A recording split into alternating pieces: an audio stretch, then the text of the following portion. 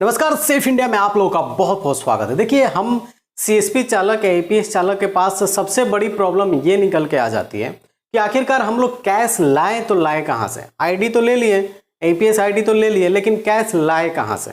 जो भी कोई भी है सरकारी बैंक का, जो भी सरकार से अंडरटेकिंग बैंक है, उनका अगर कोई सीएसपी चलाता है, जैसे एसबीआई वगैरह हो गए, तो उन लोगों को टीडीएस फ्री अकाउंट खोल करके दिया जाता है ट्रांजैक्शन करने के लिए। लेकिन वहीं अगर हम बात करें एपीएस चालकों की, जो एयरटेल पेमेंट बैंक का चला रहे हो, या फिर फिनो का, या फिर पेनियर बाई, स्पाइस मनी, बहुत सारी कंपनियां हैं जो चला रहे हैं, तो आखिरकार वो कैश लाएं तो कहां से लाएं।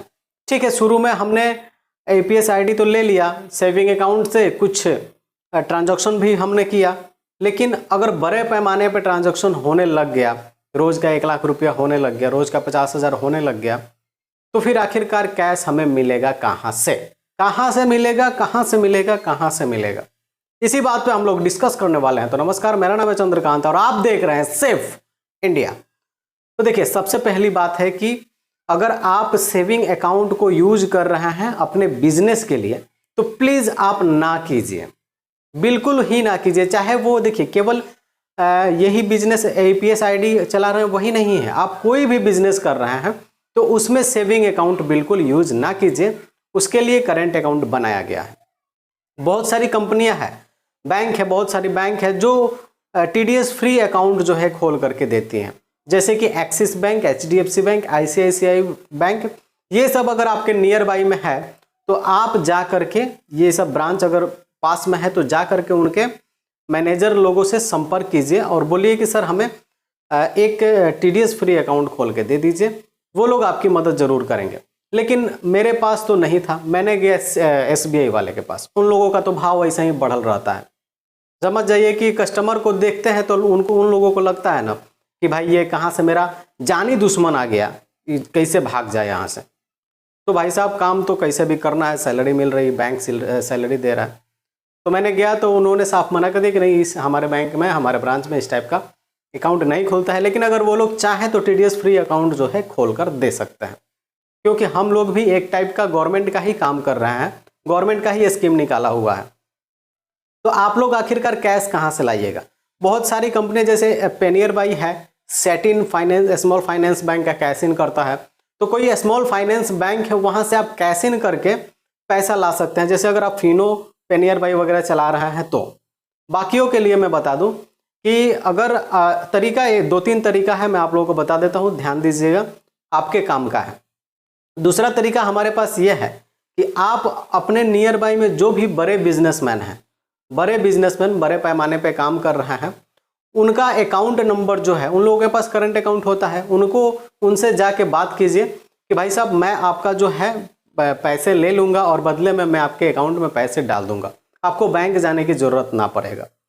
तो जो ऐसा हो जो आपसे मतलब कि रोज़ 1-2 लाख या फिर जितना भी आपके पास ट्रांजैक्शन है उतना पैसा वो दे पाए, उस टाइप के आदमी, तो 1-2 को ऐसे पकड़ लीजिए, आपका काम चलता रहेगा, रुकेगा नहीं। अब तीसरी जो ये है तरीका है कि डायरेक्ट आप बैंक से जाके लाइए।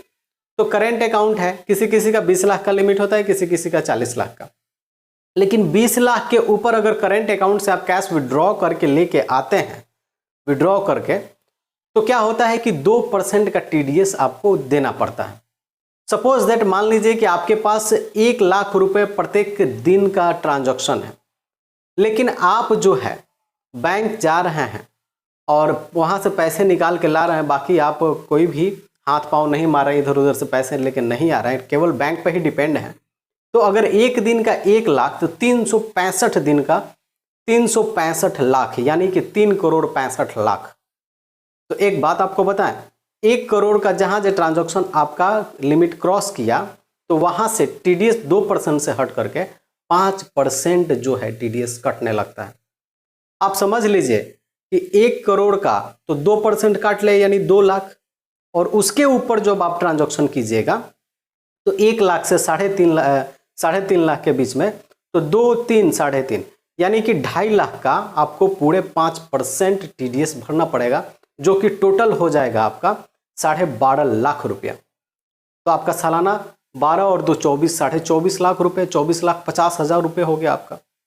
हालांकि वो TDS रिटर्न हो जाता है, लेकिन इतना पैसा किसी रिटेलर के पास अवेलेबल नहीं होता है कि वो साल में कुछ पैसे कमाने के लिए आप अपना पैसा जो है 12 लाख 13 लाख रुपया फंसा दें। तो सबसे अच्छी, इसमें ऐसा भी नहीं होता कि 5% वो भी काटता है। अगर आप ITR भरते आ रहे हैं, 3 साल आपका ITR भरते हो गया है, या फिर 1 साल 2 साल भी भर रहे हैं, तो वहाँ पे आपको आपका TDS जो है 1 करोड़ तक फ्री कर दिया जाएगा। 1 करोड़ तक कोई TDS नहीं लगता है बैंक में। 1 करोड़ के बाद आपका 2% का TDS लगता है, तो ये कुछ सही हो जाता है। 2% का TDS अगर आप रोज का 1 लाख का भी निकासी कीजिएगा तो 3.5 लाख का निकासी होगा, तो उसमें से 1 करोड़ का TDS आपका नहीं लगेगा। 2 करोड़ का 2.5 करोड़ का आपका TDS जो है लगेगा, तो वो टोटल हो जाएगा ये आपका लगभग 5 लाख के करीब, वो भी रिटर्न हो जाता है। आप ITR फाइल कीजिएगा, आपका TDS जो है रिटर्न आ जाता है। लगभग 7 से 10 दिन का समय लगता है।